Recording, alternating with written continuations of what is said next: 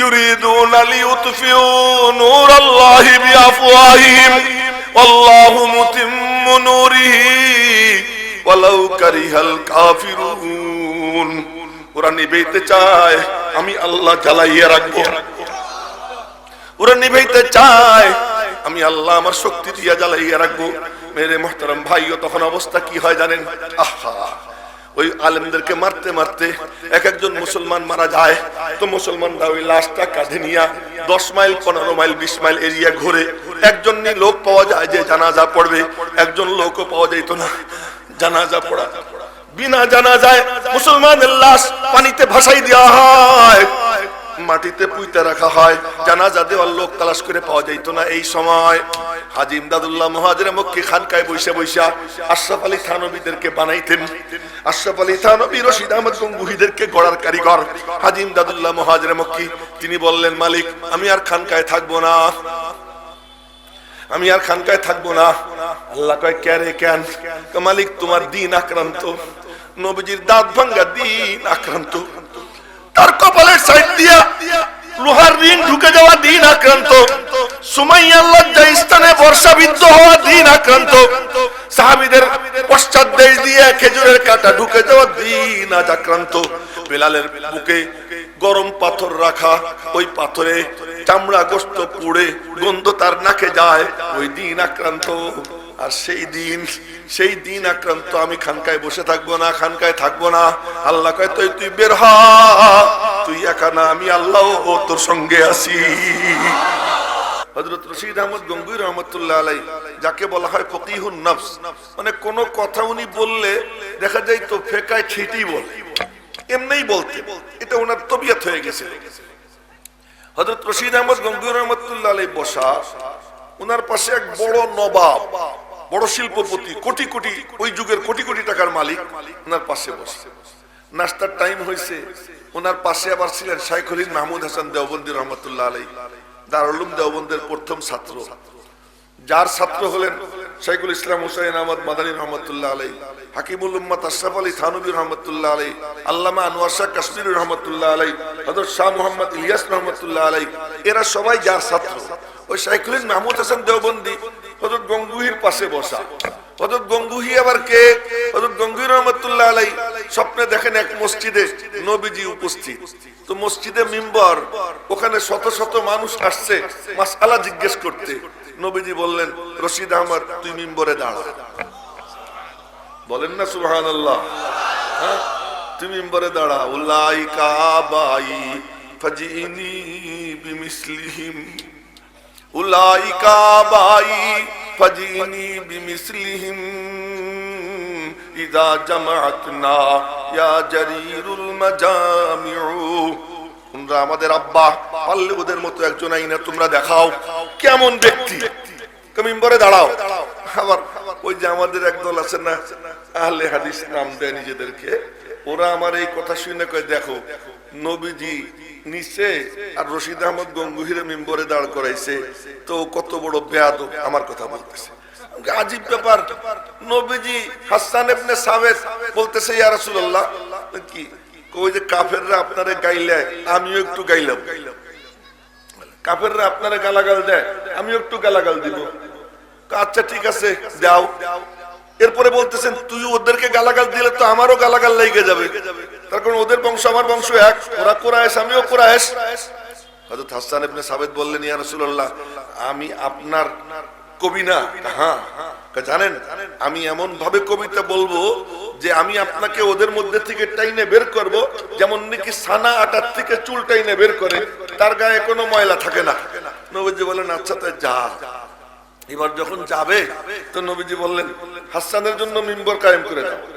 হাসানের জন্য মিম্বর দিয়েছে, মিম্বর দিয়ে হাসানকে মিম্বরে নবীজি দাঁড় করাইছেন। হাসান বেয়াদব হয়ে গেছে, নবীজির হুকুমে উনি মিম্বরে দাঁড়াইছেন। মিম্বরে দাঁড়ানোর পরে যখন কবিতা শুরু করবে, নবীজি বললেন, আল্লাহ জিবরাইল রে পাঠাই দাও। সুবহানাল্লাহ, কয় না এরা মরা মরা দেখতেছে। জিবরাইল এসে পাশে দাঁড়াইছে, নবীজি দোয়া করতেছেন, আল্লাহুম্মা আইয়িদহু বিরূহিল কুদুস। আজো মসজিদে নবীজি বলতেছেন, রশিদ আহমদ তুমি মিম্বরে চড়ো। নবীজির হুকুমে মিম্বরে চড়তেছেন। মিম্বরে চড়ার পর নবীজি বললেন, তোমরা সবাই ওর কাছে জিজ্ঞেস করো। রশিদ আহমদ গঙ্গুহিকে মাসলা জিজ্ঞেস করে, আর উনি ফতোয়া দেন। দিতে দিতে 100 মাসআলায় ফতোয়া দিচ্ছেন। 100 মাসআলায় ফতোয়া দেওয়ার পরে আল্লাহর হাবিব বললেন, রশিদ আহমদ, তোকে আমি মুফতির সার্টিফিকেট দিয়ে দিলাম, যা তুই মুফতি। এই ব্যক্তি হলেন রশিদ আহমদ গঙ্গুহি রহমতুল্লাহ আলাইহি। ওই রশিদ আহমদ গঙ্গুহি রহমতুল্লাহ আলাইহির পাশে শাইখুল মাহমুদ হাসান দেওবন্দি আর বড় এক নবাব। যখন খাবারের টাইম আসছে, উনি তো সাগরেদ, হযরত আপনারা খান, আমি যাই। কারে ভাই মাহমুদ, তুমি বসো, তুমি বসো। কিছুক্ষণ পরে উনি আবার বলছেন, হুজুর আপনারা খান, আমি যাই। কারে তুমি বসো। এরপরে বুঝছেন যে নবাব রে দেখে উঠে যায়। তখন হযরত রশিদ আহমদ গঙ্গুহি বললেন, আরে हमें इनसे क्या लेना देना, हमें तो तुम्हारे साथ जीना है, तुम्हारे साथ मरना है। এর সাথে আমার কি সম্পর্ক? আমি তো তোমার সাথেই বাঁচতে চাই, তোমার সাথেই মরতে চাই, তোমাদেরকে নিয়ে হাসরের ময়দানে উঠতে চাই। এই যারা আহলে ইলম, ইলমের সঙ্গে যাদের সম্পর্ক, তাদেরকে এতটা গুরুত্ব দিতেন। ফাঁকে একটা কথা বলে দিই, তো মনে রাখবেন, 3 জিনিস যদি কারো মধ্যে এসে যায়, সেটা হলো কি? তাসহিহে কোরআন, তাজিমে কোরআন, তাকরিমে আহলে কোরআন।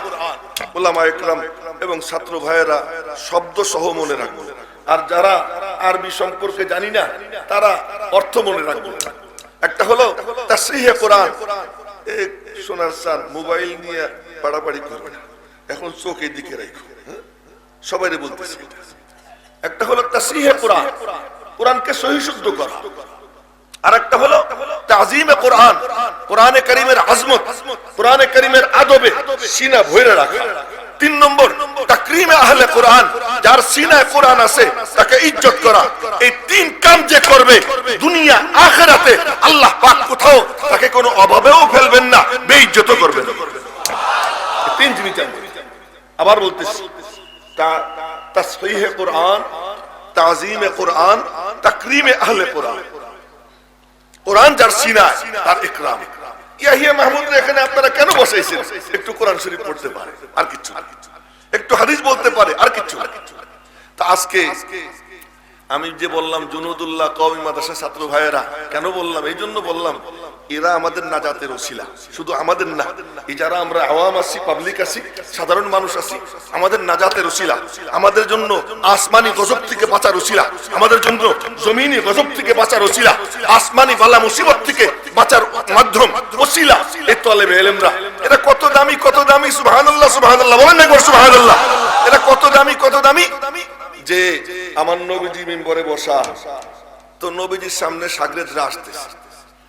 আমরা এখন মনে করি কি, এই মাথা 2-1 নিচের দিকে থাকে, সব এদিকে চোখ থাকে। আমরা এখন মনে করি যারা 12 বছর, 14 বছর, 15 বছর বয়স, ওরাই খালি ছাত্র। আর 50 বছর, 60 বছর হয়ে গেলে আর কি হয় না, ছাত্র হয় না। আমার নবীজির কাছে ছাত্র নিয়ে আসতেছে আবু বকর সিদ্দিক, একজনকে ধইরা, পরে বলতেছে ধরে নিয়ে আসতেছে, চুল দাড়ি সব পাকা। তার নাম জানেন? আবু কুহাফা। তার নাম কি? আবু কুহাফা, আবু বকরের আব্বা। ছাত্রকে আবু বকর সিদ্দিকের আব্বা, তারে ধরে নিয়ে আসতেছে। তো নবীজি দেখতেছেন চুল দাড়ি সব সাদা। বলেন, আবু বকর, তোমার বাপের চুল দাড়িতে মেহেন্দি লাগাই দাও। এই এক ছাত্র নবীজি। সালমান ফার্সি আসতেছে, চুল দাড়ি সব সাদা। বয়স কত? 300। বয়স কত? ছাত্র। 50 বছর, 60 বছর বয়সের ছাত্র। ছাত্র যারা, তারা কত দামি! দিন শিখতে যারা আসে, তারা কত দামি! ওই ছাত্ররা নবীজির দরবারে আসতেছেন, আর নবীজি ওইদিকে চেয়ে চেয়ে মুস্কি মুস্কি হাসতেছে। এমনি এমনি সুবহানাল্লাহ কইলেন, বুঝা কর নাই। নবীজি ওইদিকে তাকায় মুস্কি মুস্কি হাসতেছে। আমি ইয়াহিয়া মাহমুদ যদি হাসে দেই, তো সবাই মনে মনে বলবে কি একটা মনে পড়ছে, হাসছে, হাসুক, ওতে আমার কি আসে যায়। কিন্তু আমার নবীজির হাসি, তার কারণ তিনি কে? উনকা হা নেহি কাহনা ভি হ্যায় কুরআন কা জৈসা। তার হাসিও কোরআন, তার কান্নাও কোরআন, তার হা বলাও কোরআন, তার না বলাও কোরআন, তার মানে চোখের ইশারা এটাও কোরআন, আঙ্গুলের ইশারা এটাও কোরআন, তার মাথা ঝাঁকিয়া সমর্থন জানানো এটাও কোরআন। সুতরাং তিনি হাসছেন, নিশ্চয়ই কোনো না কোনো কারণ আছে, এটা জানতে হবে। তো সাহাবী এসে জিজ্ঞেস করে, ইয়া রাসূলুল্লাহ, হাসতেছেন ব্যাপার কি? আমাদেরকে দেখে হাসতেছিলেন। নবীজি বললেন, হাসতেছিলাম তোমরা যখন আসতেছিলা এক দৃশ্য দেখতেছিলাম। কি দেখতেছিলে? দেখতেছিলাম তোমাদের পায়ের নিচে ফেরেশতারা নূরের পর্বত ছেয়ে দিতেছে। বয়স কত? 50-60। আমি জিজ্ঞেস করতে চাই, ছাত্ররা যারা এখানে আছে তাদেরকে বাদ দিয়া সাধারণ মানুষ যারা আসছেন এখানে, সাধারণ শিক্ষিত ব্যবসায়ী বা অন্য কোনো পেশাজীবী বা কৃষিজীবী যারা আছেন, তাদেরকে জিজ্ঞেস করতে চাই, আপনারা কি এখানে খাইতে আসছেন না আল্লাহকে চিনতে আসছেন? আল্লাহ পাকের সাথে সম্পর্ক কায়েম করতে আসছেন না? আরে আল্লাহ এবং বান্দার মাঝখানে একটা বেড়া আছে, পর্দা আছে। ওই পর্দা সরাই দেওয়ার জন্য এই দ্বীনি জলসা, ওই পর্দা সরাই দেওয়ার জন্য এই মাদ্রাসা, ওই পর্দা সরাই দেওয়ার জন্য এই মিয়া সাপরা। যে আল্লাহ এবং বান্দা তার মাঝখানে যে বেড়া আছে, বেড়াটা সরাই দাও। দ্বীনি জলসা আসো, বসে যাও, কোরআন হাদিসের আলোচনা শোনো, তো বেড়া সরে যাবে, মালিকের সাথে দেখা হয়ে যাবে, সাক্ষাৎ হয়ে যাবে, আল্লাহ পাকের সাথে সম্পর্ক কায়েম হয়ে যাবে। এই জন্যই দ্বীনি জলসা। আপনারা যখন রওনা হয়েছেন এই জলসার উদ্দেশ্যে, এরকম নেক নিয়ত যদি থাইকে থাকে, যদি থাইকে থাকে তো আগের থেকে ভালো কথা, না থাইকে থাকে এখন নিয়তটা করে না, এখন নিয়তটা করে। এই নিয়ত নিয়ে যখন কেউ আসতে থাকে সে তলেবে ইলম, তার পায়ের নিচে ফেরেশতারা নূরের পর্বত হয়ে যায়। ওই দেখার মতো চোখ আমার আপনার নাই, চোখ যার ছিল তিনি দেখতেন। তাই আজকে কইতে মন চাইতেছে, আমি যখন উপরের দিকে তাকাই প্যান্ডেল দেখি, নিচের দিকে তাকাই তো জমিন দেখি, আর যখন স্টেজের দিকে আপনারা তাকাবেন এই উলামা একরামকে দেখবেন, আমি আসি আমাকে দেখবেন, আমরা যখন তাকাবো আপনাদেরকে দেখবো। কিন্তু আমার নবীজি যদি এখানে থাকতেন তিনি দেখতেন যে এখানে যতজন মানুষ বসা ততজন ফেরেশতাও মজলিসের মধ্যে বসে আছে, তিনি দেখতেন। এমন চোখওয়ালা তিনি ছিলেন। তো সেই চোখওয়ালা তিনি বলে গেছেন যে এই মজলিস জান্নাতের বাগান। তিনি দেখে দেখে বলছেন, চতুর্দিকে ফেরেশতাদের ঘের, এমন মিলন মেলায় আসতে পারলাম, বসতে পারলাম, জন্য খুশি হয়ে একবার জোরে সোরে বলি আলহামদুলিল্লাহ, আরো জোরে সোরে আলহামদুলিল্লাহ। আজ আমাকে একটু খুশা দিচ্ছে, মানে ঘোষণা করতে গিয়ে আমার একটু খুশাই বলছে যে আমি বলে এই বলি সেই বলি। মনে মনে বলতেছিলাম যে আসলে আমি এখন না বললেও চলে, তার কারণ আমি কি কি বলি সব তো উনি বলেই দিচ্ছেন, আমি কি কি বলি সব উনি বলেই দিচ্ছেন, এখন আমি না বললেও সারে। তারপরেও ভাবলাম একটু বলি। এখানে একটা মাদ্রাসা দেখতেছি, মাদ্রাসার উদ্যোগে এই আয়োজন। মাদ্রাসা কি? মাদ্রাসা কি জিনিস? মাদ্রাসা কেন? আমাদের জন্য মাদ্রাসা কি প্রয়োজন? ও ভাই, আজকে একটু পিছনে চলে যাই। এই আমার নবীজি তিনি বলছেন ইন্নামা বুইস্তু মুআল্লিমা। আমি পিছনের থেকে বাদ দিয়ে মাঝখান থেকে কথা শুরু করতেছি, কথা বেশি সময় বলতেও পারবো না। নবীজি বলতেছেন যে আসমান, সাত, জমিন, বিছানা, গোটা দুনিয়া মাদ্রাসা, আমার আল্লাহ আমাকে শিক্ষক বানিয়ে পাঠিয়েছে। আসমান, সাত, জমিন, বিছানা, গোটা দুনিয়া মাদ্রাসা। এজন্য আমার নবীজির মাদ্রাসার আলাদা কোনো ভবন ছিল না। এমনি বলা হয় সুফা মাদ্রাসা, এটা কিন্তু একটা ভুল কথা। আমি কিন্তু এটা বলতে চাই না, উলামা একরাম ক্ষমা করে দিবেন, আমি এটা বলতে চাই না। মাদ্রাসা কোনটা?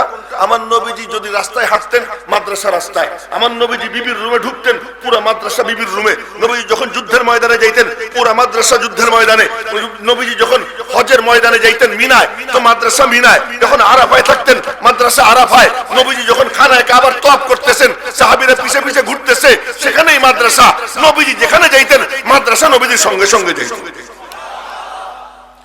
এমনিতে নবীজির সাথে উম্মতের সম্পর্ক 5 প্রকার, লক্ষ্য করি 5 প্রকার। এক সম্পর্ক তিনি রাসূল, সবাই তার উম্মত। 2 নম্বর সম্পর্ক তিনি উস্তাদ, সবাই তার ছাত্র ছাত্রী। 3 নম্বর সম্পর্ক তিনি পীর, সকলে তার মুরিদ। 4 নম্বর সম্পর্ক তিনি পিতা, সকলে তার সন্তান। 5 নম্বর সম্পর্ক তিনি সকলের বন্ধু। তিনি যে রাসূল এর দলিল দেওয়ার দরকার নেই, তিনি যে উস্তাদ এরও দলিল দেওয়ার দরকার নেই, কিন্তু তিনি যেটা ঘোষণা করতেন সেই ঘোষণাটা কি? তিনি যে পিতা এটারও দলিল দেওয়ার দরকার নেই। তিনি কেমন পিতা নিজে বলেন, আবু দাউদ শরীফের হাদিস, তিরমিজি শরীফের হাদিস, ইন্নামা আনা লাকুম বিমানজিলাতিল ওয়ালিদি লিওয়ালাদিকুম, আমি তোমাদের জন্য তেমন সন্তানের জন্য পিতা যেমন। উআল্লিমুকুম কুল্লা শাই, আমি তোমাদেরকে সবকিছু শেখাই, হাত্তাল খিরাআতা, এমন কি হাগু করা সুসু করাও শেখাই। বাক্যটা শুনুন, হাত্তাল খিরাআতা, তোমাদের হাগামুতা মলমূত্র ত্যাগ করবা কেমনে, পরিষ্কার হবা কেমনে তাও আমি শিখাই। তিনি পিতা। কেমন পিতা?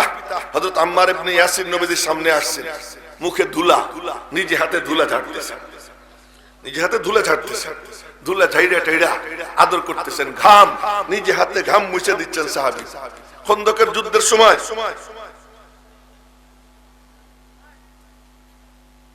এসব করছেন।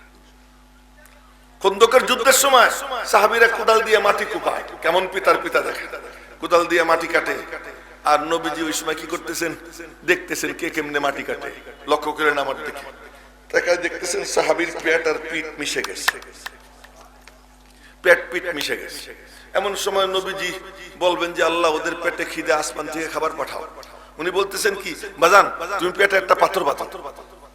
তো পেটে পাথর বাঁধো, তো পেটে পাথর বাঁধে, এখন কোপ দাও না তোমার মেরুদণ্ডের হাড় ভেঙে যাবে, এখন কোপ দাও। কোপ দিতেছে, পাথর তো কাটে না। আচ্ছা তো কোদাল আমার কাছে দাও। কোদাল নিজে হাতে নিচ্ছেন, কোপ দিচ্ছে। কোপ দেওয়ার পরে কি হয়, পাদা কাসিবান আহিয়ালা, এখন দেখা যায় একেবারে ঝুরঝুরে বালু হয়ে যাবে পাথরটা। আচ্ছা, এখন এই অবস্থায় সাহাবীরা মাটি কাটে, নবীজি মাটি কাটা ঘুরে ঘুরে দেখেন, মাঝে মাঝে নিজেও কুবান, সাহাবীরা গীত গায়, উম্মত হতো এসি। কি গীত গায়, নাহনুল্লাযীনা বায়াউ মুহাম্মাদান, নাহনুল্লাযীনা বায়াউ মুহাম্মাদান আলাল জিহাদি মা বাকিনা আবাদান। বলে আমরা হলাম তারা নবীজির হাতে হাত দিয়ে অঙ্গীকার করেছি। কি অঙ্গীকার? মালিক তোমার পাঠানো কোরআন এই দিন জিন্দা করার জন্য, পেটে খাবার থাক আর না থাক, পরনে কাপড় ভালো থাক আর না থাক, থাকার জায়গা ভালো থাক আর না থাক, আমরা আমাদের জীবনের শেষ রক্তবিন্দু দিয়ে হলেও তোমার দিন দুনিয়াতে জিন্দা করব। সাহাবীদের স্লোগান। এবার নবীজির স্লোগান শুনে বুড়া মানুষও মোবাইল দেখে, কি যে এক যন্ত্রণা মোবাইল, এইটার যন্ত্রণা সারা দুনিয়া বসছে, সারা দুনিয়া বসছে।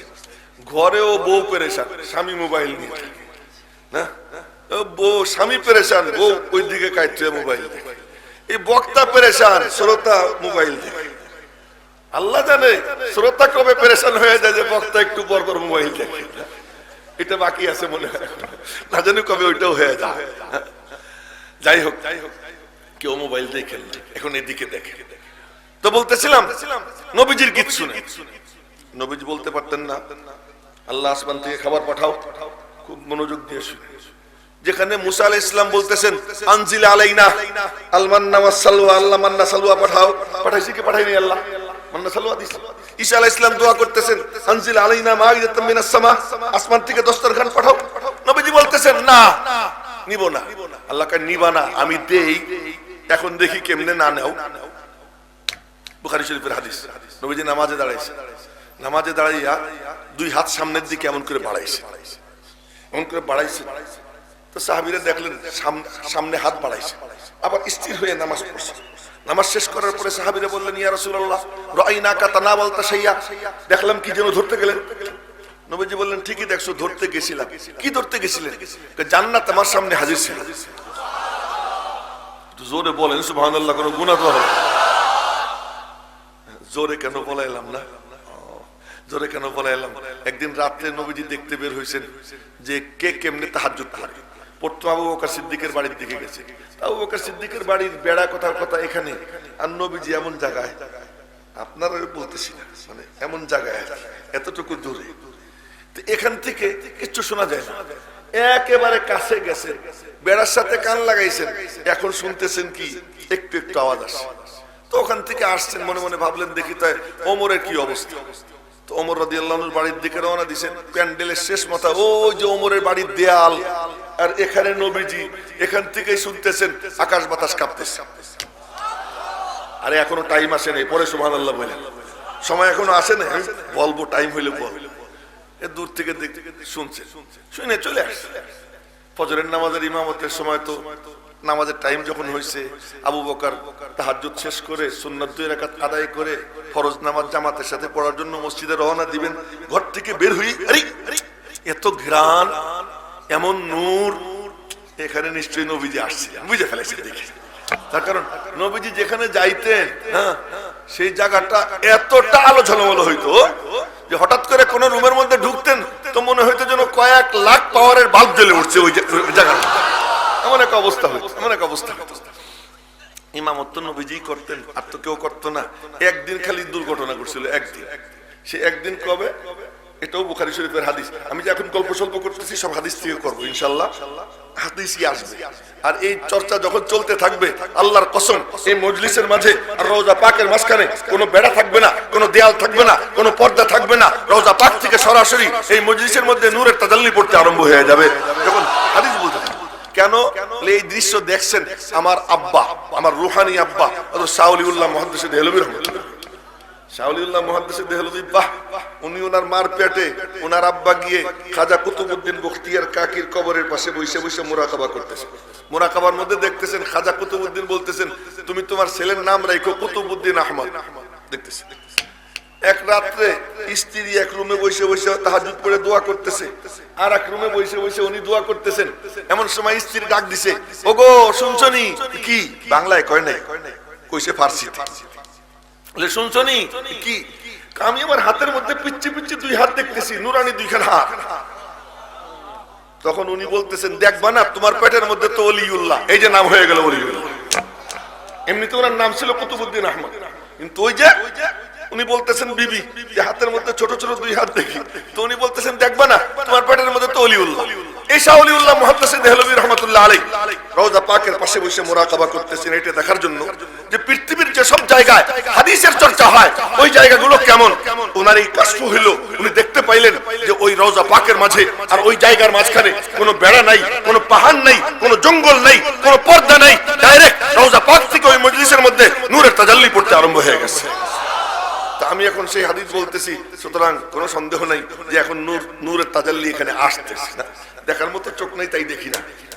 তো বলতেছিলাম যে হযরত ইয়ে কি বলে আপনার আবু বকর সিদ্দিক রাদিয়াল্লাহু তাআলা আনহু বের হইছেন, আরে সুবহানাল্লাহ, এখন দেখতেছেন কি পুরো এলাকা নূরে ভরা, নূরে ভরা। নবীজি আসছিলেন, আবার যেখান দিয়ে হাইটে যাইতেন পুরো এলাকা আতরের ঘ্রাণে ভরে যেত, পুরো আতরের ঘ্রাণে ভরে যেত। আবু বকর সিদ্দিক আবু বকর সিদ্দিক রাদিয়াল্লাহু তাআলা আনহু বের হইছেন, মাঝখানে ছুটে গেছে।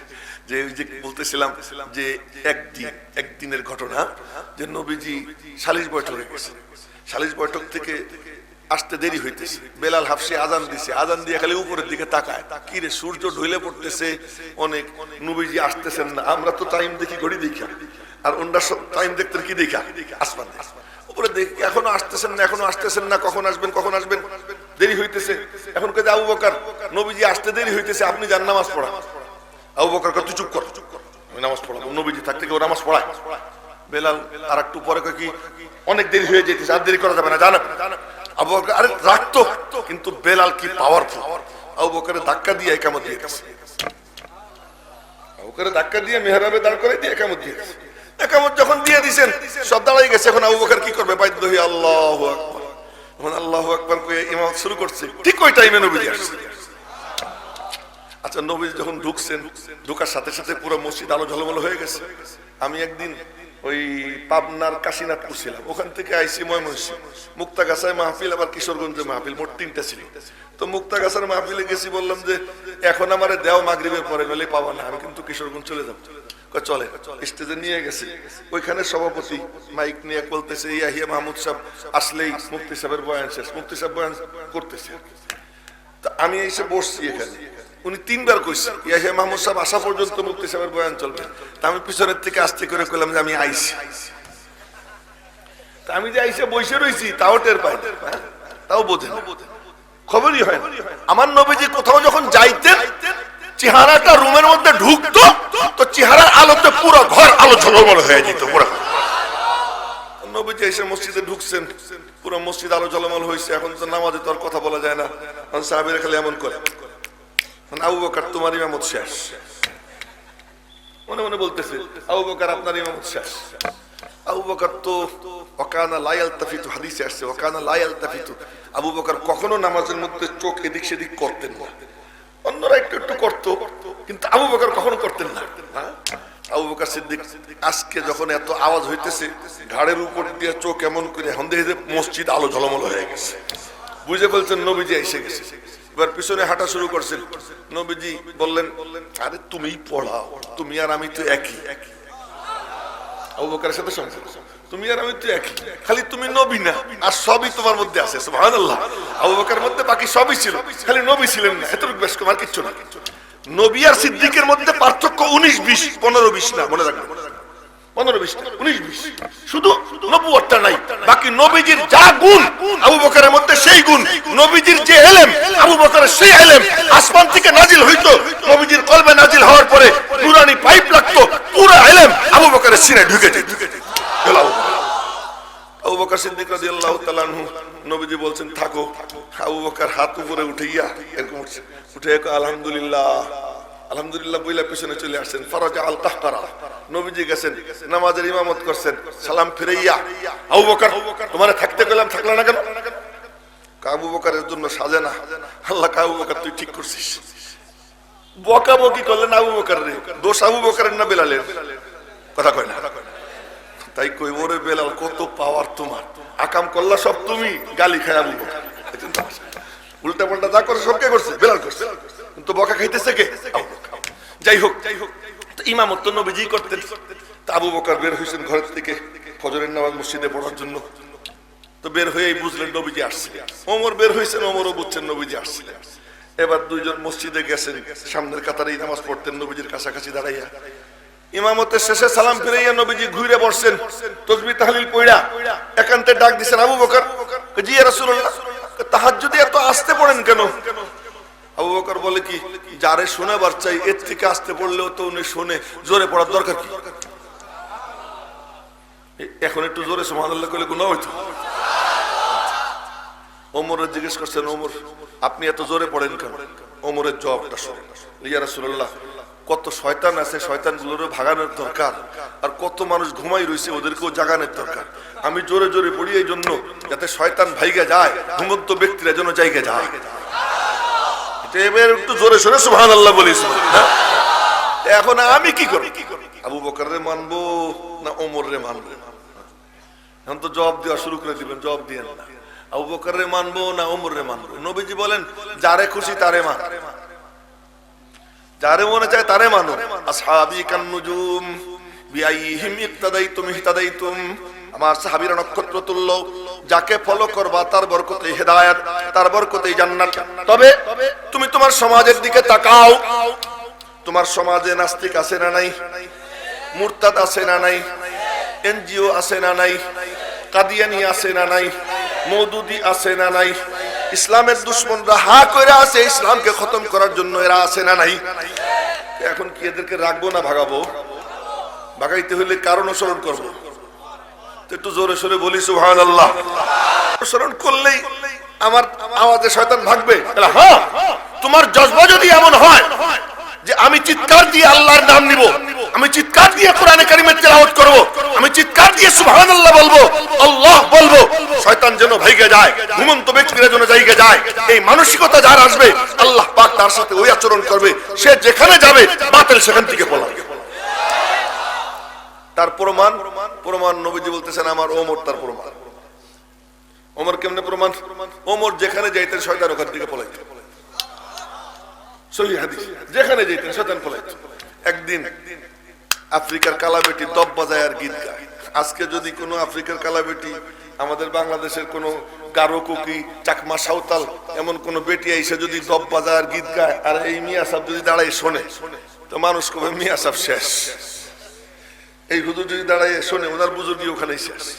কিন্তু আফ্রিকার কালাবেটি ঈদের দিন দব বাজায় আর গীত গায়। আমাদের বুজুর্গির কলেরা হয়ে গেছে। আমাদের বুজুর্গের কি হয়েছে? কলেরা হয়েছে, মহামারী। এরকম মহামারী নবীজির ছিল না। নবীজি ঈদের দিন বেটি গীত গাইতেছে, দাঁড়ায় দাঁড়ায় শুনতেছে, উৎসাহ দিতেছেন, গা। চিন্তা করেন, নবীজি দাঁড়াই থাকে মানে উৎসাহ গাও। আবু বকর সিদ্দিক আসছে, উনি এসে পাশে দাঁড়াই দিচ্ছে। ইয়া রাসূলুল্লাহ এই গীত আপনার শোনা উচিত, আমরা তো হুজুর রে ই করি, হুজুর আপনার জন্য কি এটা শোভনীয়? আরে সুবহানাল্লাহ, তুই হুজুর হইলি আমার বরকতে, আর আমারে তুই সবক শিখাইস। তুমি আজকে মৌলবী, এই বড় বুজুর্গানে দ্বীনের ফিউজ ও বারাকাতে তুমি তাদেরকে দ্বীন শিখাও, তুমি তাদেরকে দিক নির্দেশনা দাও। মুরব্বি তোমার জন্য এটা সাজে না, তোমার এটা উচিত না। আজ বড় বড় যত বেয়াদব মুস্তাহ জন্ম নিতেছে, আরে মুরব্বি করতেছেন, নিশ্চয়ই তার কাছে কোনো নস আছে, তার কাছে কোনো আয়াত আছে, তার কাছে কোনো হাদিস আছে, তার কাছে কোনো দলিল আছে, কিন্তু কিছু বেয়াদব বের হইছে ফেসবুকে রুমাল দিয়ে ঘুমটা দিয়ে কয় যে এই মুরব্বীরা কিচ্ছু বোঝে নাই। হ্যাঁ, মুরব্বীরা কিচ্ছু বোঝে নাই, সব বুঝ আল্লাহ তোমারে দিয়ে দিছে না। আবু বকর সিদ্দিক শিখিয়ে দিছে দেখ আদব কাকে বলে। নবীজি দাঁড়ায় দাঁড়ায় শুনতেছেন, উনিও দাঁড়ায় দাঁড়ায় শুনতেছেন, কিচ্ছু বলেন। হঠাৎ করে বেটি করছে কি, দপ পাছার নিচে দিয়া এরকম নিচের দিকে ডাইনেও তাকায় না, বায়েও তাকায় না, মনে হয় যেন চতুর্থ আসমানের ফেরেশতা। চুপচাপ করে বসা। নবীজি চিন্তায় পড়ে গেছেন, ঘটনা কি, ওর কি হইল? এদিক ওদিক চাইয়ে দেখেন, তালাশ করে দেখেন, ওই রাস্তার কোনায় ওমরে দেখা যাচ্ছে। জোরে আল্লাহু আকবার বলেন, সমস্যা? ওমরে দেখা যাচ্ছে। এবার নবীজি মুস্কি মুস্কি হাসতেছে, চেহারা তো এমনি সুন্দর, হাসলে আরো সুন্দর। হাসতেন কেমনে, খালি ঠোঁট একটু খুলতে একটু খুলতে, আর দাঁতগুলো দেখা যাইত। দাঁতগুলো কেমন, দাঁতগুলো কেমন তা কেমনে বলি। নফসিল ফিদাউ লিসাগরিন রাকা মাবসিমুহু ওয়াজানাহু শানাবুন নাহি কামিন শানাবি ইয়াফতারু আন লুলুইম মুনাদ্দাদিন আও বারাদিন আও আকাহিন আও তালইন আও হাবাবি। এ কোন শব্দ দিয়া এটা বলা যাবে না। তাই তো শেখ সাদি কইছে আল্লাহর দাঁতের পরে আপনার দাঁত সবচেয়ে সুন্দর। ওই শেখ সাদির কথাই কি শেষ কথা? আল্লাহর পরে সবকিছু আপনার কাছে গিয়ে শেষ হয়ে গেছে।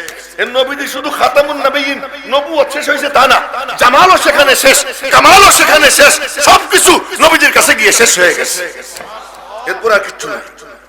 তো নবীজি এমনি সুন্দর, হাসলে আরো সুন্দর। গালের মধ্যে একটু ট্যাপ পড়তো না, ভাঁজ পড়তো, একটু ভাঁজ পড়তো। আমার ভাঁজ যদি আমি দেখি নিজের নিজে থাপ্পড় দিতে বলেছে যে কি ভাঁজ পড়ছে না। আর নবীজির ভাঁজ দেখলে কি যে লাগতো না, এমনি সুন্দর, হাসলে আরো সুন্দর। আর হাসির মধ্যে যদি রহস্য থাকতো, ওই সৌন্দর্য কয়েক হাজার গুণ বেড়ে যেত, কয়েক হাজার গুণ। আর ওমর রাদিয়াল্লাহু তাআলা আনহু এবার আসছে, আইসা সালাম দিছেন, আসসালামু আলাইকা ইয়া রাসূলুল্লাহ। নবীজি সালামের জবাব দিয়েছেন, সালামের জবাব দিয়ে মুখ টিপে টিপে হাসতেছেন। ওমর একটু, আমি বাংলায় বলতেছি, একটু মজজুব মজজুব টাইপের ছিলেন নবীজির ব্যাপারে। প্রথম তো ছিলেন হত্যা করার জন্য মানে উদ্যোগী, এরপরে এমন পাগল হইছেন, এমন পাগল হইছেন, হযরত ওমর রাদিয়াল্লাহু তাআলা আনহুর পাগলামি, ইন্তেকালের সময় উনি যে পাগলামি করছেন ওই পাগলামিটা আর কেউ করেন নাই। আর নবীজিও এমন পাগলামি ওমরের সাথে করছেন যার কারোর সাথে করেন নাই। একদিন বলতেছেন শত শত সাহাবীর মধ্যে, ওমর বলো তো তুমি আমারে কতটা ভালোবাসো? এই কথা কারে কইতে, বলো আমারে কতটা ভালোবাসো? তো ওমর বলে, ইয়া রাসূলুল্লাহ, সবার থেকে আপনার বেশি ভালোবাসি, সবার থেকে আপনার বেশি ভালোবাসি। নবীজি বললেন নিজের থেকে। এবার ওমর চোখ বন্ধ করে, চোখ বন্ধ করে, হ্যাঁ হ্যাঁ হ্যাঁ, আমার থেকে আপনার বেশি ভালোবাসি। এমন গভীর সম্পর্ক ছিল ওমরের সাথে। যেমন ওমর তেমন নবীজি। এমন ওমর রাদিয়াল্লাহু তাআলা আনহু গেছেন, সালাম দিছেন, নবীজি সালামের জবাব দিছেন। সালামের জবাব দেওয়ার পরে হযরত ওমর নবীজির দিকে চাইয়ে দেখতেছেন, কি হাসি। এবার ওমরের দোয়া, কয়েক হাদিসে আসছে এটা। ওমর আসমানের দিকে চাইয়া কয়, আদহাকাল্লাহু সিন্নাক, মাওলার দরবারে দোয়া করি এই হাসি যেন এইরকমই থাকে, এই হাসি যেন সব সময় থাকে, এই হাসি যেন আমাদের মাঝ থেকে বিদায় হয়ে না যায়। তবে জানতে ইচ্ছে হয়, লিমা তাদহাকু ইয়া রাসূলুল্লাহ, হে আল্লাহর রাসূল, হাসির কারণ কি? নবীজি বললেন, হাসতেছি ওই বেটির কারণে। বেটি কি করলো? এতক্ষণ পর্যন্ত দব বাজাইতেছিল, গীত গাইতেছিল, আমারও কোনো পাত্তা দেয় না, আবু বকরেরও পাত্তা দেয় না। দেখো তোমারে দেখে দব কেমনে পাছার নিচে দিয়ে বুজুর্গ সাচ্ছে, দেখো চাইয়াছে যা। ওমর ওমর রাদিয়াল্লাহু তাআলা চোখ বড় বড় করে বেটির দিকে তাকাইছে। যে ওমরের চোখ দেখলে রোম পারস্যের রাষ্ট্রদূতরা পাতলা পায়খানা শুরু করে দেয়, সেই ওমর যখন ওই বেটির দিকে বড় বড় চোখ করে তাকাইছেন, নবীজি বলেন, ওমর ওমর ওর দিকে ওরকম চাইও না। কোথাও এরকম করবে কেন? আমার কেন ভয় পাবে? আপনারা কেন ভয় পাবে না? নবীজি বললেন, ওর কোনো দোষ না। কথা কি হয়েছে? আসল ঘটনা হলো শয়তান এখানে ছিল, তোমারে দেখে শয়তানও দৌড় দিছে, দফও পাছার নিচে চলে গেছে। আল্লাহু আকবার। ওমরের জজবা, ওমর এই জজবার কারণে ওমরের মাকাম কোথায় যায়, কোথায় যায়। সুবহানাল্লাহ সুবহানাল্লাহ। মরা মরা দেখতেছি, গোরস্থানে কথা কইতেছে নাকি? জোরে জোরে সুবহানাল্লাহ কেন কয় না? এবার ওমরের মাকাম কোথায় যায়? নবীজি নিচে বসা বিবিদেরকে নিয়ে, এটা বুখারী শরীফের হাদিস। কয়েকদিন আগে একখানে ওয়াজে গেছি ওই বিক্রমপুর অঞ্চলে, তো এক মাদ্রাসা, মহিলা মাদ্রাসা সাইকুল হাদিস, উনিও আমার সাথে আসেন। তো উনি বললেন যে আমি পড়াইতে যাই, আপনিও আসেন, আপনি একটু পড়াবেন। আমি উপরে গেলাম, ওখানে রাত 12টার পরে পড়াইলাম এই বুখারী শরীফ, তো প্রথম খণ্ডের শেষ দিকে। তো পড়াইতে গিয়ে এই হাদিস আসলো, যে হাদিস এখন এই হাদিস আসলো। তো মেয়েরা ভিতরে ছিল, বাইরের থেকে একটু পড়লাম। তো এই হাদিস কি, যে নবীজি বসা, নবীজির চারপাশে বিবিরা বসা, গল্প সল্প চলতেছে, হাসাহাসি চলতেছে। আলিয়াতান আসওয়াতুহুন্না, জোরে জোরে আওয়াজ, জোরে জোরে আওয়াজ। আমি আমাদের মিয়া সাহেব বলে, হ্যাঁ আমি এত বড় মিয়া সাহেব, তুমি জানো না হাসাহাসি করো। বউরে ধমক দেন, নবীজি বউরে ধমক দিতেন না। আমি তো স্বামী, স্ত্রী তো একটু হাসাহাসি করবেই, করুক, সুযোগ দিয়ে দিচ্ছেন, হাসাহাসি চলতেছে। হঠাৎ করে ওমরের কণ্ঠ, আসসালামু আলাইকা ইয়া রাসূলুল্লাহ আদখুল, ভরাট কণ্ঠ, ওমরের আওয়াজ। নবীজি সালামের জবাব দিয়ে বললেন উদখুল। বিবিরা দিছে দৌড়, বিবিরা দিছে দৌড়। কে কার আগে লুকাইতে পারে, লুকাইতে পারে, লুকাইছে। হযরত ওমর ভিতরে ঢুকছেন, ঢুকে দেখেন বাহ কি রহস্যময় হাসি। তো হযরত ওমর আবার ওই একই দোয়া, আযহাকাল্লাহু সিন্নাক, মাওলার দরবারে দোয়া করি আপনার হাসি যেন এমনই থাকে, আল্লাহ যেন এই হাসি দিয়ে আপনার সব সময় মুখটা উজ্জ্বল বানাইয়া রাখে, মাওলার দরবারে দোয়া করি। তবে আমি জানতে ইচ্ছে হয় হাসির কারণ কি। নবীজি বললেন আজিবতু, নবীজির বাক্য শুনাইতেছি, আজিবতু মিন হাউলাই ইল্লাতি কুননা ইনদি ফালাম্মা সামি'না সাওতাকা ইবতাদারনাল হিজাব। আমি আশ্চর্য হইলাম আমার বিবিদের কাণ্ড কারবার দেখা। এতক্ষণ পর্যন্ত আমার পাশে ছিল, উঁচু আওয়াজে কথা বলতেছিল, তোমার আওয়াজ শুই না কে কার আগে পলাইতে পারে প্রতিযোগিতা করে পলাইছে। এবার ওমরের বক্তব্য শুনে ওমর কি,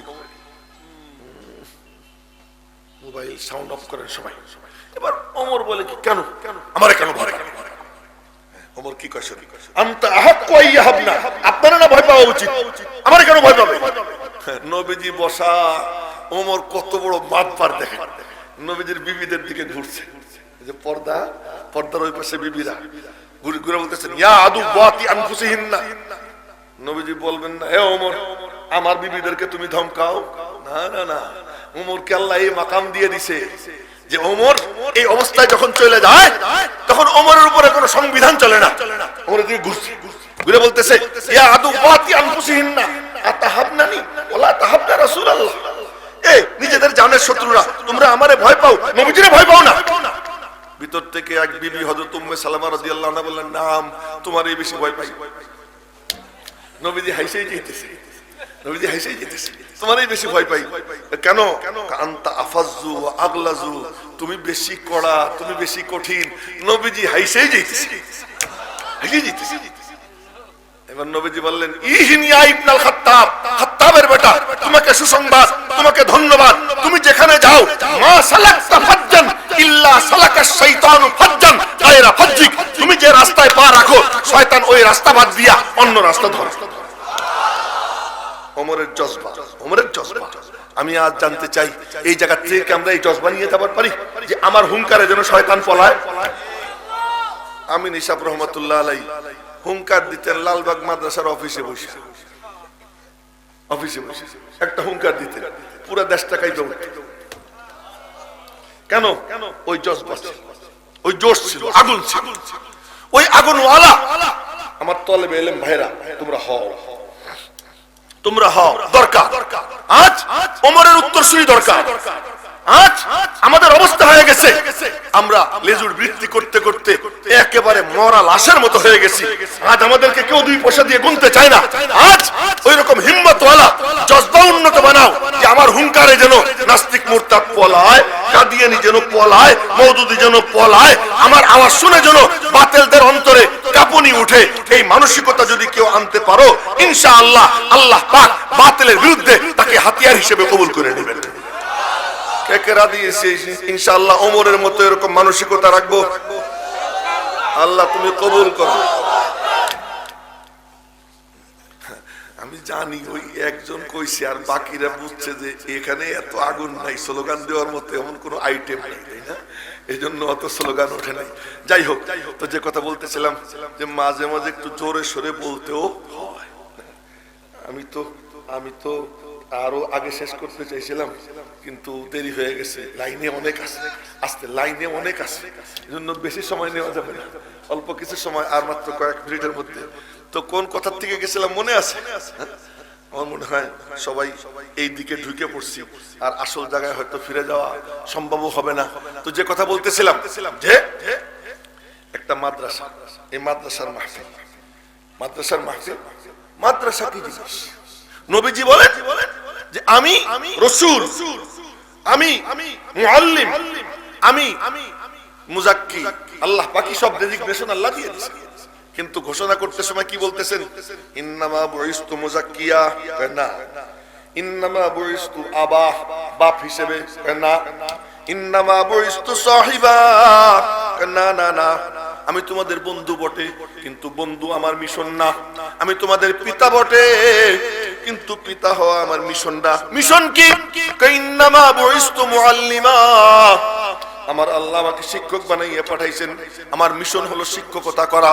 আমি শিক্ষক, ঘরে গেলেও শিক্ষক, মসজিদের মিম্বরেও শিক্ষক, রাস্তাঘাটেও শিক্ষক, ক্ষেত খামারে গেলেও শিক্ষক, যুদ্ধের ময়দানেও আমি শিক্ষক। এই শিক্ষা হলো আমার পেশা, শিক্ষকতা আমার পেশা। আজীব ব্যাপার, আমার নবীজি 23 বছর পর্যন্ত শিক্ষকতাই করছেন, একটা ঘরও বানান নাই, একটা রাস্তাও নির্মাণ করেন নাই। সকলকে বলবো, সবিনয় নিবেদন, মনোযোগ দিয়ে শুনেন এই কথাটা, একটা রাস্তাও নির্মাণ করেন নাই। মুসা আলাইহিস সালাম লাঠি দিয়ে বাড়ি মারেন পানিতে, 12টা রাস্তা হয়।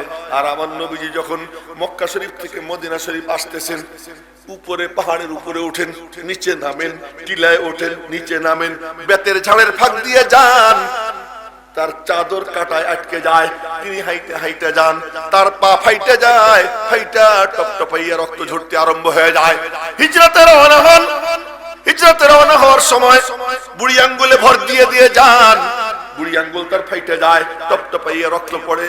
আবু বকর সিদ্দিক ওই রক্ত দেখা নিজের চাদর ছিঁড়া পায়ের আঙ্গুল বেঁধে দিয়া এরপরে বলতেছে, ইয়া রাসূলুল্লাহ, পাহাড়ের উপরে কেমনে উঠবেন ফাটা পা নিয়া? আপনি আমার কাঁধে চড়েন। নবীজি রে আবু বকর কাঁধে নিয়া 4 মাইল হাইটে হাইটে উপরে উঠে। মেরে মুহতারাম ভাইও, বলার মাকসাদ, দীর্ঘ লম্বা সময় আরে মুসা আলাইহিস সালামের লাঠির বাড়িতে রাস্তা হয়। আর আমার নবীজি যখন মদিনা শরীফ থেকে মক্কা শরীফ হজে যান, ওই হজের বিবরণ উলামায়ে কেরাম দেখবেন মিশকাত শরীফের শেষে এক লম্বা হাদিস আছে, ওই সফরের বিবরণ, কেমনে কেমনে গেলেন। তালুল, কখনো আসবে তালুল, কখনো আসবে বালির ঢিবি, কখনো আসবে পাহাড়। কি ব্যাপার? নবী যদি বলতেন, মাওলা তুমি মদিনা শরীফ থেকে মক্কা শরীফ পর্যন্ত রাস্তা বানাইয়া দাও, আমি ইয়াহিয়া মাহমুদ মক্কা শরীফ থেকে প্রাইভেট কার নিছি, 3.5 ঘন্টায় মদিনা শরীফ পৌঁছি, মদিনা শরীফ থেকে প্রাইভেট কার নিয়া 3.5 ঘন্টায় মক্কা শরীফ যাই, 455 কিলো রাস্তা। আর আমার নবীজির চাইতে 8 দিন লাগে, 10 দিন লাগে। কি ব্যাপার? মালিকের কাছে বলে না, মাওলা তুমি রাস্তা দিয়ে দাও। সাহাবীরা যখন পেটে পাথর বাঁধে, বলেন না যে আল্লাহ খাবার দাও। নবীজি কি গীত গায় শোনেন, গীত শুনেন। এখান থেকে গেছিলাম, নবীজি কি গীত গায়? আল্লাহুম্মা লা আইশা ইল্লা আইশুল আখিরাহ, আল্লাহুম্মা লা আইশা ইল্লা আইশুল আখিরাহ, ফাগফিরিল আনসার ওয়াল মুহাজিরা। মালিক তোমার কাছে খাবার চাই না, আমার পাগলগুলোরে তুমি maaf করে দাও, এদেরকে তুমি maaf করে দাও। এই গীত গায় দীর্ঘ 23 বছর পর্যন্ত একটা ঘরও বানান নাই, একটা ঘরও বানান নাই। বিবিদেরকে নিয়ে থাকতেন মুরগির খোপে। ওই মুরগির খোপ মিউজিয়ামে বর্তমানে দেওয়া আছে, মদিনা শরীফের পাশে মিউজিয়াম। ওই মিউজিয়ামের পাশে গিয়ে দেখবেন, সেখানে ঢুকে দেখবেন ছোট্ট ছোট্ট কামরা আর নকশা দিয়ে রাখছে, 9 রুম, বিবির জন্য 9টা রুম, ছোট্ট ছোট্ট মুরগির খোপ। ওই মুরগির খোপের মধ্যে থাকতেন তো জাহানের বাদশা। কিন্তু আম্মা জান আয়েশা সিদ্দিকা বলতেন, আমারে চিনিস আমি কে? বলে কে? 3টা জিনিস এমন আমি পাইছি যা আর কেউ পায় নাই। বলে কি পাইছেন? নবীজির সাথে দুনিয়াতে জান্নাতে ঘুমাইতাম, নবীজির সাথে দুনিয়াতে জান্নাতে ঘুমাইতাম, যে জায়গায় ঘুমাইতাম ওই জায়গাটা জান্নাত।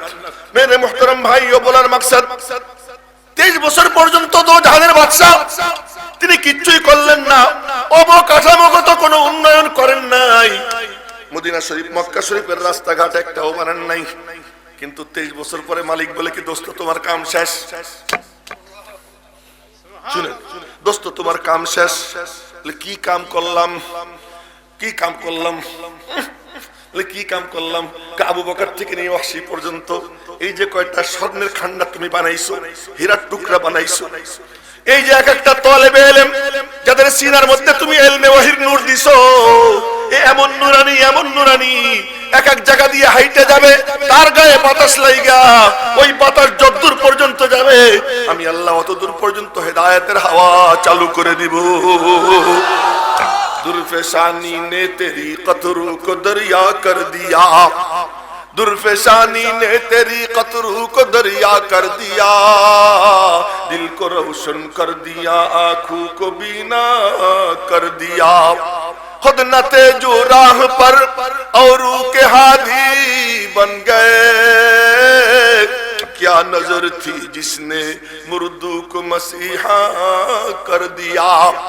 একজনকে নবীজি কাছে বসাইছেন, কারো দিকে এমনি করে তাকাইছেন, বলছেন আমার দিকেও তাকা। এই চোখ সেই চোখ যেই চোখ নিয়ে আরশে আজিমে মওলা পাকের সামনে বসছে, ওই চোখ সেই চোখ যেই চোখ নিয়ে আরশে আজিমে মওলা পাকের সামনে নবীজি বসেছেন। আল্লামা ইবনে কাইয়িম রাহমাতুল্লাহি আলাইহি, আল্লামা ইবনে তাইমিয়ার ছাত্র, উনি বলেন ফালা তুনকিরু আন্নাহু কায়িদু ওয়ালা তুনকিরু আন্নাহু মুকঈদু। অস্বীকার কইরো না, নবীজি আরশে আজিমে বসছেন, আল্লাহ পাক তারে বসাইছেন, আল্লাহ পাক তারে বসাইছেন। আইসা কি করছেন? কয়টা মানুষ বানাইছেন, মানুষ বানানো শেষ, আল্লাহ কয় দোস্ত তোমার কাম শেষ, দোস্ত তোমার কাম শেষ। এখন কি? এখন তুমি চলে আসো, তোমার আর লাগবে না, তোমার আর দরকার নাই। এই কয়টা মানুষ বানাইছেন কি দিয়া? ইন্নামা বুইস্তু মুআল্লিমা, আল্লাহ পাক আমারে শিক্ষক বানাইয়া পাঠাইছেন, মাদ্রাসার কার্যক্রম চালাইছেন দীর্ঘ 23 বছর। আর এমন ভাবে ছাত্র গড়ছেন যে দুনিয়ার 22 লক্ষ, কোন বর্ণনায় 26 লক্ষ বর্গমাইল এরিয়া হযরত ওমরের জামানায় কোরআনে কারীমের নূরে নূরানি হয়ে গেছে, নূরানি হয়ে গেছে। এবং বিশ্ব মাদ্রাসার ছাত্ররা চালায়। এখন নামতার মতো কথা বলবো, মাদ্রাসার ছাত্ররা গোটা বিশ্ব নিয়ন্ত্রণ করে। মসজিদের মেম্বারে মাদ্রাসার ছাত্র, ওই রাষ্ট্র পরিচালনার প্রধান চেয়ারে মাদ্রাসার ছাত্র, মন্ত্রী পরিষদ মাদ্রাসার ছাত্র, সবখানে মাদ্রাসার ছাত্র, ব্যবসায়ী সমিতির নেতৃত্ব দেয় মাদ্রাসার ছাত্র, সব মাদ্রাসার ছাত্র। এই যে মাদ্রাসার ছাত্রদের জয় জয়কার গোটা দুনিয়ায় নবীজির থেকে চলছে চলছে, এইটাকে শেষ করার জন্য ইহুদি খ্রিস্টানদের চক্রান্ত ষড়যন্ত্র চলতেছিল। চলতে চলতে চলতে চলতে ওই ইতিহাস অনেক লম্বা, বলতে পারবো না। স্পেনের কাহিনী, আস্তে আস্তে আইসা এই উপমহাদেশ পুরোটা মাদ্রাসা শাসিত অঞ্চল ছিল, ওলামা ইকরাম চালাইতেন। আপনারা অবাক হবেন, হযরত বাদশাহ আওরঙ্গজেব আলমগীর রহমাতুল্লাহ আলাইহি দীর্ঘ 53 বছর বাদশা ছিলেন, 53 বছর। এই 53 বছরের মধ্যে 53টা পয়সা রাষ্ট্রীয় কোষাগার থেকে নেন। নিজে হাতে কোরআন শরীফ লিখতেন, ওই হাতে লেখা কোরআন শরীফ বিক্রি করতেন, ওই বিক্রি লব্ধ পয়সা দিয়া সংসার চালাইতেন। সিনার মধ্যে কি নিয়ে দেশ চালাইতেন জানেন? হযরত খাজা শেখ আহমদ সারহিন্দি মুজাদ্দিদে আল-ফিসানি রাহমাতুল্লাহ আলাইহি 2 নম্বর ছেলে, তার নাম খাজা মাসুম। উলামা হিন্দ কা শানদার মাঝি কিতাব পড়বেন, এই কিতাবের মধ্যে আসছে যে খাজা মাসুমের ছেলে, যার বয়স মাত্র 17 বছর, ওই 17 বছর বয়সের আলেমকে ভিক্ষা চাইয়ে আনছেন, আইনা নিজের সিংহাসনে বসাইছেন।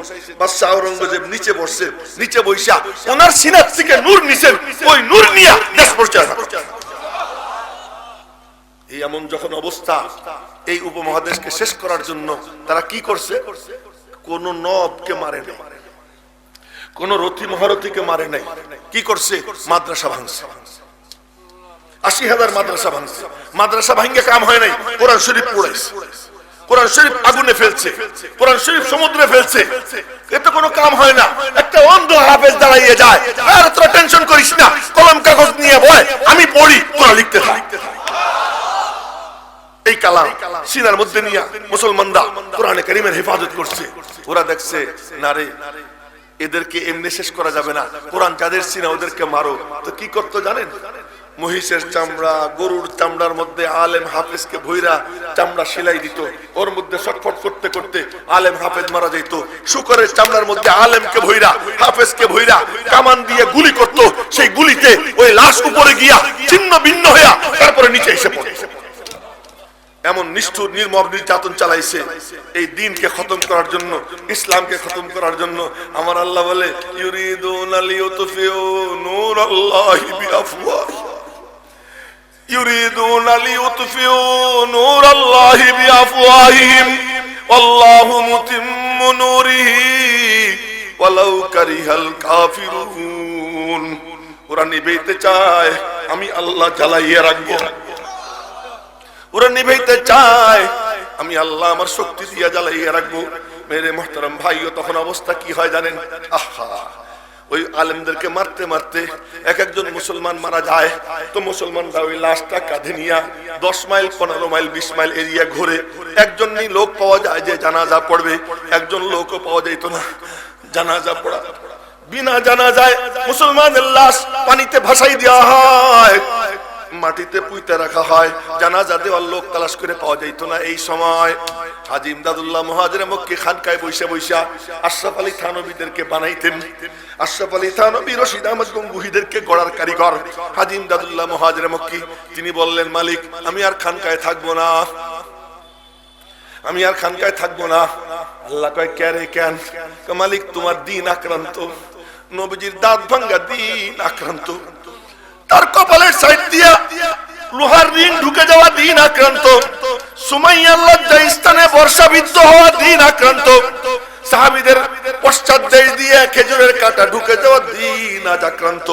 বেলালের বুকে গরম পাথর রাখা, ওই পাথরে চামড়া গোশত পুড়ে গন্ধ তার নাকে যায়, ওই দিন আক্রান্ত। আর সেই দিন আক্রান্ত আমি খানকায় বসে থাকবো না, খানকায় থাকবো না। আল্লাহ কয়, তুই বের হ, তুই একা না, আমি আল্লাহ তোর সঙ্গে আছি। হাজী ইমদাদুল্লাহ মুহাজিরে মক্কি বের হন, হযরত রশিদ আহমদ গঙ্গুহি, হযরত কাসেম নানুতুবি, এই বুজুর্গদেরকে সাথে নিয়ে হাফেজ জামিন শহীদ রহমাতুল্লাহ আলাইহি ইনাদেরকে সাথে নিয়ে ময়দানে নামেন। ময়দানে নাইমা বলেন, মালিক আমাদের যা আছে তাই দিব, আমাদের চেষ্টা যেখানে শেষ তোমার নুসরত সেখান থেকে শুরু হবে আমরা জানি। এই যে ময়দানে নামলেন, বুকের তাজা রক্ত ঢেলে দিয়েছেন, ওই রক্ত মালিকের কাছে এত কবুল হইছে, সংক্ষেপে বলতেছি, লম্বা করে বলার সময় নাই, এত কবুল হওয়া হইছে। ওই ময়দানে যারা শহীদ হবে এখনো হয় নাই, ছটফট করতেছে। তো তখন হযরত মাজহার নানুতুবি দেখতেছেন ওদেরকে জান্নাতের শরাবান তহুরা, জান্নাতের হুররা এসে দুনিয়ায় থাকতেই পান করাইতেছে। ওই রক্ত মাওলার কাছে এত কবুল হয়েছে, তার প্রমাণ কি? হযরত মাজহার নানুতুবি এমন করতেন। এখন তো আবার আমার ঘাম আমার মুখে যাবে, এই জন্য ঠোঁটটা মুছে নিতেছি ভালো করে। হযরত মাওলানা মাজহার নানুতুবি এমন করতেন, দেখছেন তো আমাকে, জিব্বা উল্টে এই জায়গা চারটে এখানে কোনো মোষ ছিল, মোষ শূন্য হয়ে গেছে। তো ওনারে সবাই মিলে ছাত্ররা ধরছে, সাহারানপুর মাদ্রাসায় পড়াইছে। তো সবাই মিলে ধরছে, হুজুর জিব্বা উল্টে ঠোঁট মোষ চাটেন কেন? তো কয় যে বাবারা এটা না শুনলে হয় না, কেন হুজুর বলেন, অনেকদিন থেকে দেখতেছি এটা সাদা হয়ে গেছে। আসল ঘটনা শোন, আমি ওই ময়দানে শামিলের ময়দানে আহত হয়ে পড়েছিলাম, দেখতেছিলাম জান্নাতের হুররা আইসা শরাবত তহুরা পান করাইতেছে যারা শহীদ হবে তাদেরকে। আমিও আহত হয়ে পড়েছিলাম, দল নেত্রীর হাতে লিস্ট, সে বলতেছে অমুকরে খাওয়া অমুকরে খাওয়া। একজন আমারে খাওয়াইতে আসছে, দল নেত্রী তার হাত ধরে টান দিছে, এ ওরে খাওয়াইস না, ও তো শহীদ হবে না। বলে ওখান থেকে এক ফুটা সিটে আমার মোষে পড়ছে, যার ঘ্রাণ এবং যার স্বাদ আমি আজও পর্যন্ত পাইতেছি। এই ময়দানের রক্ত এমন ভাবে কবুল হয়েছে। এরপরে এই বুজুর্গরা শেষ রাত্রে মালিকের কদমে সিজদায় পড়ছে, বলছে কি, মালিক দেখছো নি কি কাগিয়ার নে চাহা कि जहां से हमको महब कर डाले, फिर न रहे दुनिया में कोई तेरे नाम लेने वाले।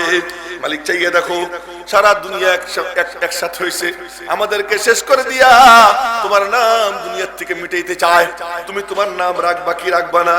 আল্লাহ কয় চল। তখন ইলহাম হয়, যখন ইলহাম হয় কাসেম নানুতুবি যাও মাদ্রাসা কায়েম করো, হাজী ইমদাদুল্লাহ মুহাজিরে মক্কির কলবে ইলহাম হয় মাদ্রাসা কায়েম করো, হাজী ইমদাদুল্লাহ মুহাজিরে মক্কি প্রধান মুরব্বি হয়ে কাসেম নানুতুবিকে নিয়োগ করেন, যাও মাদ্রাসা কায়েম করো। মাদ্রাসা কায়েম হয়, আল্লাহু আকবার। মাদ্রাসা কায়েম হয় একটা ডালিম গাছতলায়, একটা ডালিম গাছতলায়, মাশাআল্লাহ মাশাআল্লাহ। আর কোন গাছ পাও নাই? ডালিম গাছ। ডালিম গাছ হবে না কেন? ফিহিমা ফাকিহাতু ওয়া নাখলু ওয়া রুম্মান ফাবিআইয়ি আলা'i রাব্বিকুমা তুকাযযিবান। ডালিম গাছতলায় উস্তাদকে মাহমুদ, ছাত্রকে মাহমুদ। আসমানে যখন মাদ্রাসা হয়েছে, আসমান হওয়ার আগে তখন উস্তাদকে, তখন উস্তাদ মাহমুদ, ছাত্রকে ছাত্র মাহমুদ। বলেন না আল্লাহু আকবার। তখন উস্তাদ মাহমুদ, ছাত্র মাহমুদ। এই ডালিম গাছতলায় উস্তাদের নামও মাহমুদ, ছাত্রের নামও মাহমুদ। কি চমৎকার ব্যাপার! নবীজির নাম আহমদ, আল্লাহর নাম মাহমুদ। বলেন না আল্লাহু আকবার। আল্লাহ পাকের সিফাতি নাম মাহমুদ, নবীজির সিফাতি নাম মাহমুদ, নবীজির নাম আহমদ, নবীজির নাম মুহাম্মদ। হামদ হামদ হামদ। হামদ মানে প্রশংসা, হামদ মানে প্রশংসা। এখানেও হামদ, ওখানেও হামদ, ওখানেও হামদ। এখানে ডালিম গাছতলায়, এখানেও মাহমুদ মাহমুদ। দুটোর মধ্যে আছে হামিম দাল, হামদ হামদ। এবার এই যে হামদ বলে এর সাথে যে জুড়বে আল্লাহ পাক তাকেও প্রশংসিত বানাইয়ে দিবেন। ওই যে মাদ্রাসা কায়েম হয়েছে, একজন ছাত্র একজন শিক্ষক, এই যে শুরু হইল, সেখান থেকে যে প্রথম ছাত্র শাইখুল মাহমুদ হাসান দেওবন্দি, তার 4 জন ছাত্র নাম নিছিলাম আল্লামা আনোয়ার শাহ কাশ্মীরি, হযরত আল্লামা শাইখুল ইসলাম হুসাইন আহমদ মাদানী, হযরতুল আল্লাম হাকিমুল উম্মত আশরাফ আলী থানভী, হযরত মাওলানা শাহ মোহাম্মদ ইলিয়াস। এই 4 জনের ওসিলায় আল্লাহ পাক গোটা দুনিয়ায় এই দ্বীনের হাওয়া চালু করে দিয়েছে। আজ হাদিসের সনদ কোনো না কোনো ভাবে গিয়া ওখানে কি থেকে যায়। সেই দারুল উলুম দেওবন্দের একটা শাখা আল্লাহ পাক আপনাদের এখানে করে দিয়েছেন। খুশি না বেজার? খুশি হয়ে থাকি, জোরে সোরে বলি আলহামদুলিল্লাহ। ইনশাআল্লাহ মাদ্রাসাকে সার্বিকভাবে সহযোগিতা করতে রাজি আছি তো আমরা ইনশাআল্লাহ সবাই। আল্লাহ পাক সকলকে তৌফিক দান করেন, আমিন। ওয়া মা আলাইনা ইল্লাল বালাগ। আসসালামু আলাইকুম ওয়া রাহমাতুল্লাহি ওয়া বারাকাতুহু।